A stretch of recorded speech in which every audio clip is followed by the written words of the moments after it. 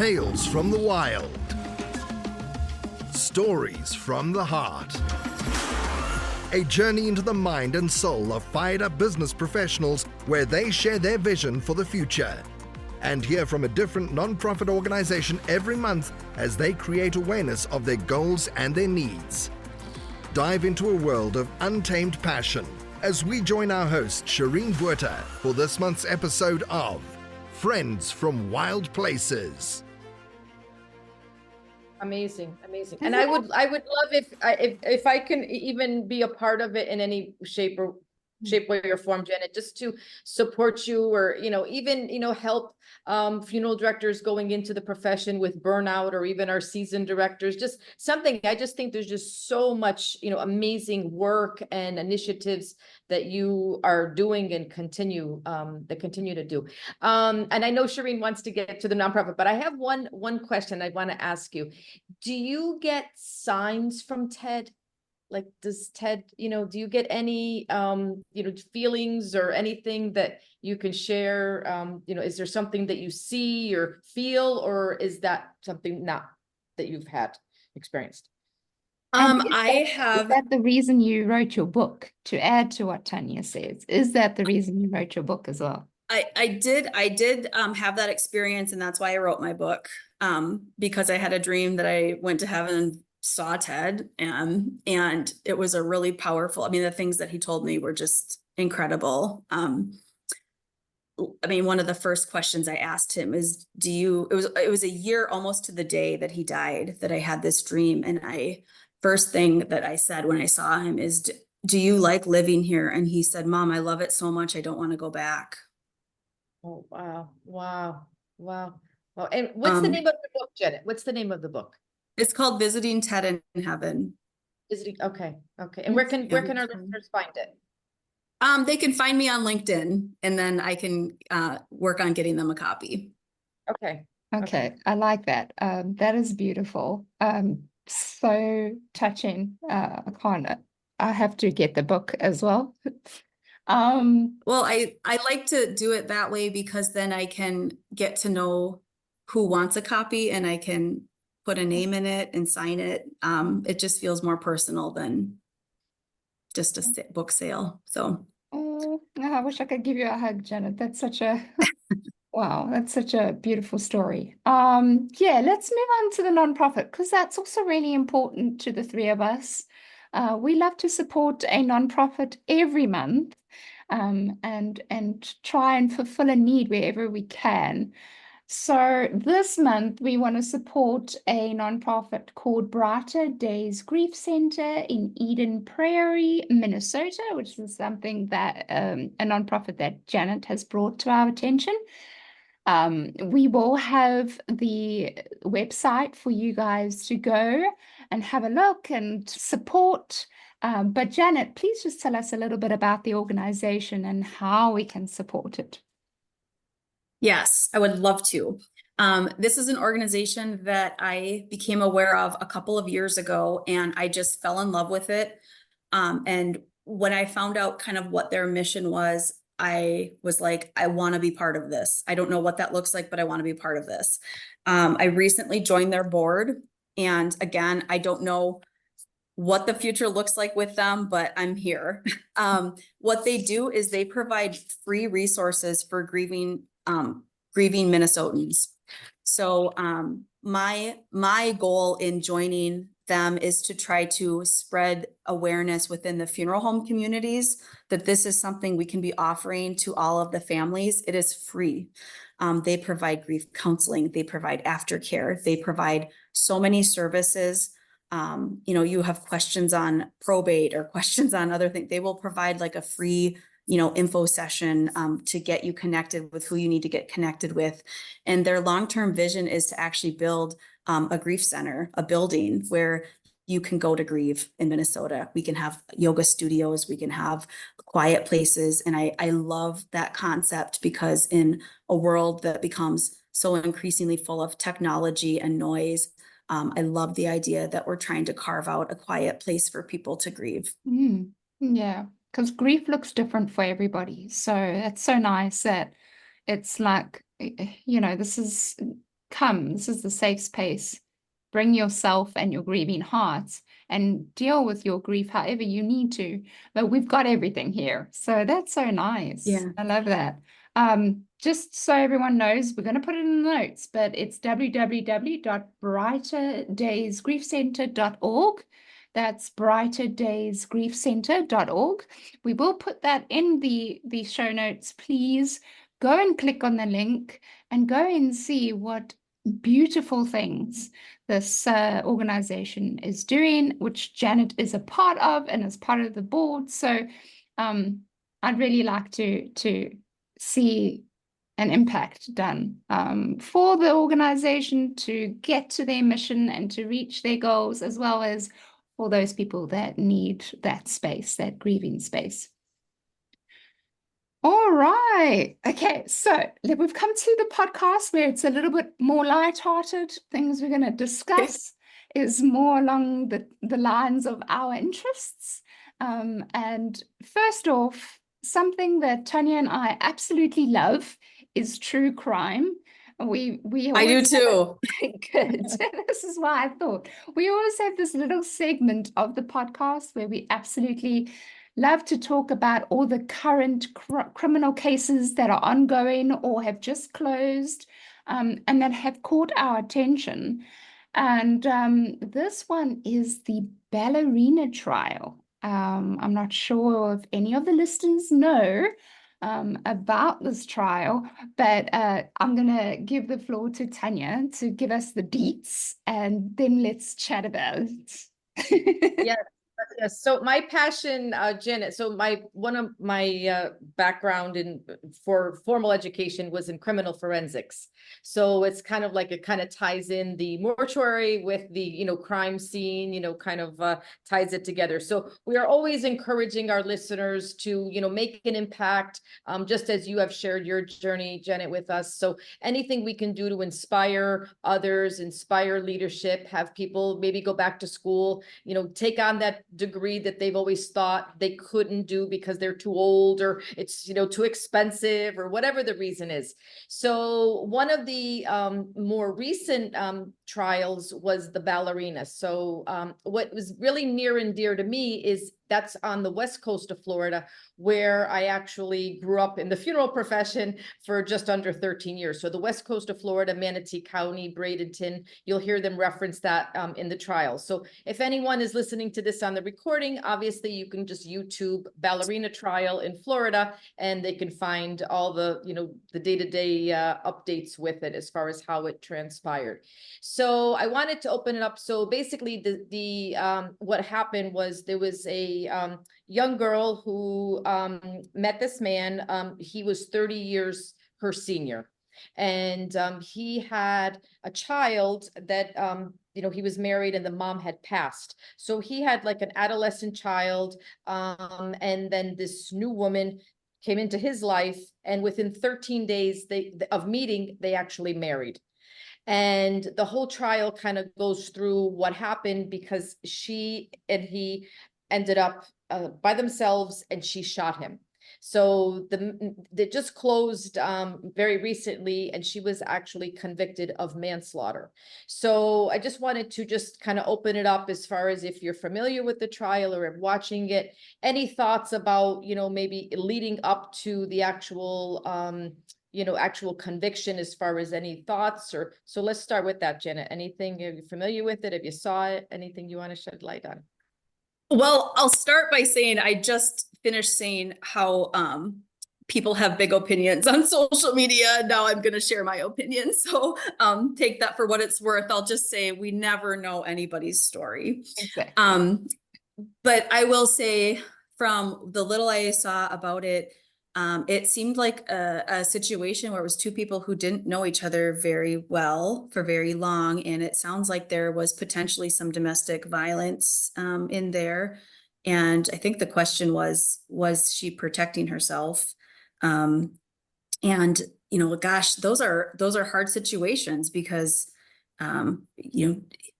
is it okay to kill someone if they are violent toward you? I don't think it's ever okay to take somebody's life. However, when backed into a corner, we're humans and we're going to protect ourselves, right? Mm-hmm. Yeah. Mm, Yeah. yeah. Especially when there's kids, like our kids are involved too. Right. Right. I followed the, it's one of the few trials that I followed it like daily, like daily updates. Okay.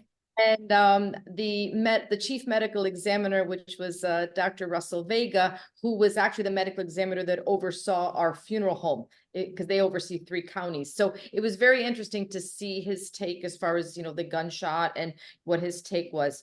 So interesting. And I think that was a valid point that you brought up, Janet, as far as, that component of domestic violence, really kind of piqued people's interest, because it's like, was it domestic violence? Was she protecting herself? So basically what the prosecution actually illustrated step by step was, from what they proved to the degree of manslaughter, was it was fabricated. And they had evidence to fabricate this domestic violence. So for example, the way even, how the relationship evolved, all the circumstantial evidence, and even what they felt he was led to believe, like, his family, that he was moving to Maryland, they were going to kind of reconnect their family and be together, when that was really never her intention. And it was just, like they kind of pointed. So, but again, when somebody puts a seed of doubt, right? That's like the seed of doubt. So it's like, is she telling the truth? Is she not telling the truth? So what's your take, Shireen? You, I know, are a big crime scene follower as far as all the trials. What's your take on the Ballerina? I love it. I love the criminal side of most of these trials that we chat about. This one was tough for me, and that's why I let you lead on this one. It's got to do with domestic violence, and I don't really like to talk too much about that specific thing, about saying, did she fabricate or not? Because we don't know what's happening behind closed doors, and who says? I mean, she could have taken what was quite a toxic relationship and over exaggerated a lot of the scenarios to make her look better. I'm not, that could very well be true. But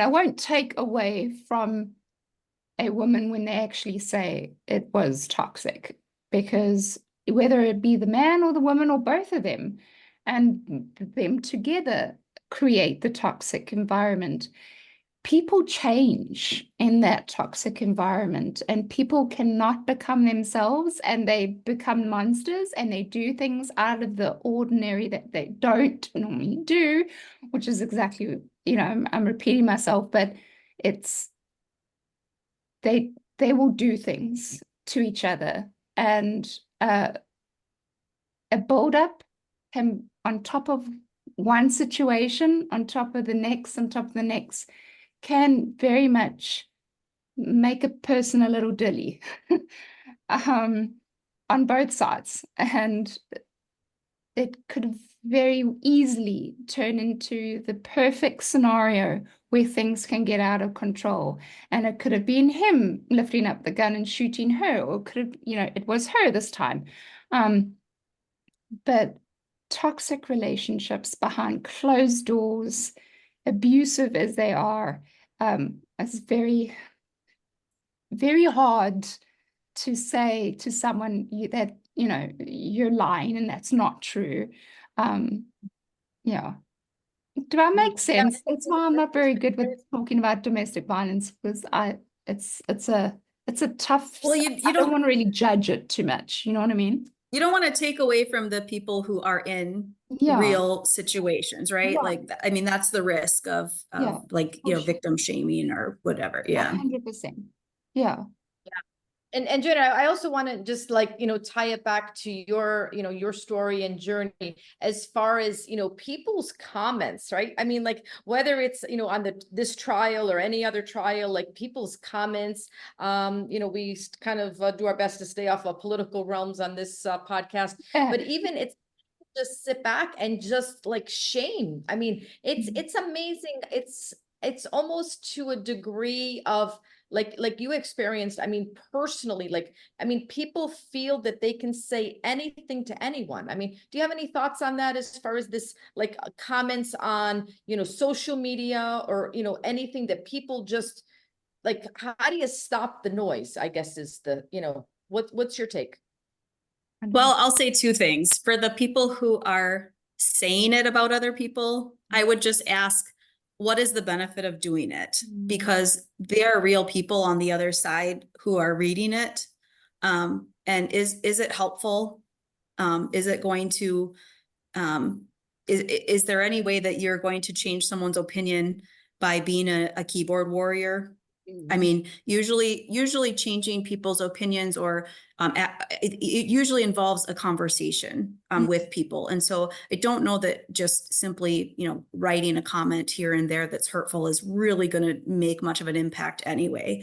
But the second thing I'll say is if you are someone who is on the receiving end of those comments, one thing that I always stuck with, and I would say this to anybody, is, I told myself, I know what happened that day.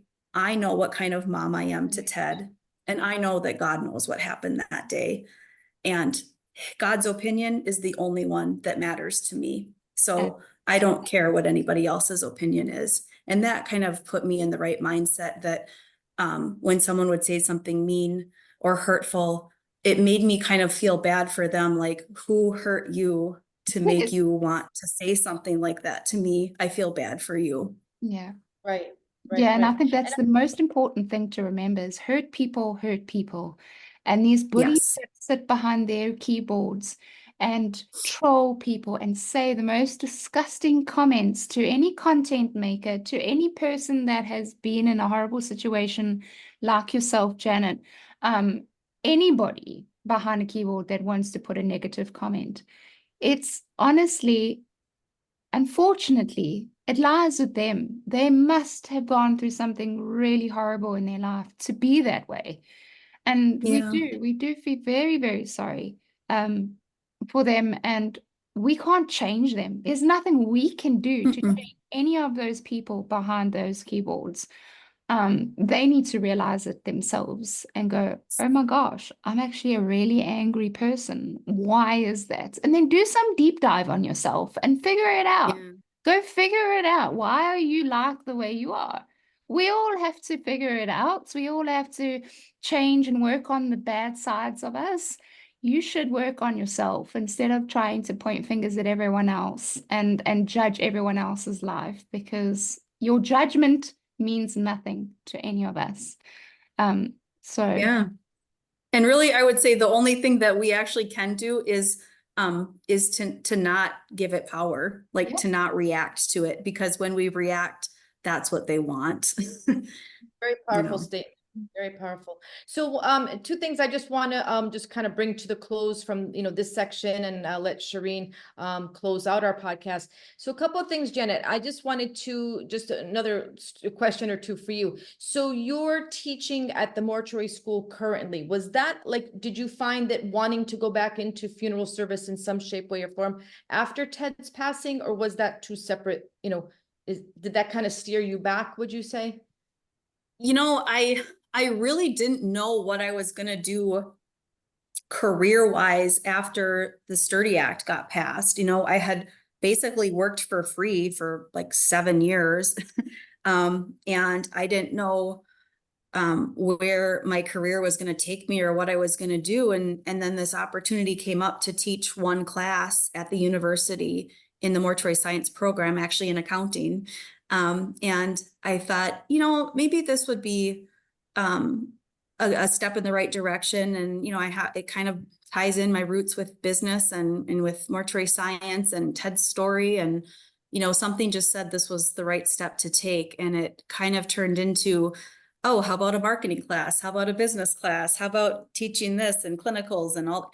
And now I work full time there, and I love it. I feel like I am exactly where I'm supposed to be, and I'm passionate about it. And I love seeing, hearing why students want to go into funeral service and learning their individual passions, because I find each of them has something different that's driving them to be in it, and learning what impact they want to make in this profession and finding ways to build their skill sets for those passions. I'm having fun. It's exactly where I want to be. Yeah, well, thank you. I mean, and I want to have you into my class, welcome you to come into the virtual Zoom room. So would welcome you to be a guest speaker for us at Miami-Dade College funeral program. So would Of welcome course. you. That's great. And also another thing, just to, you know, kind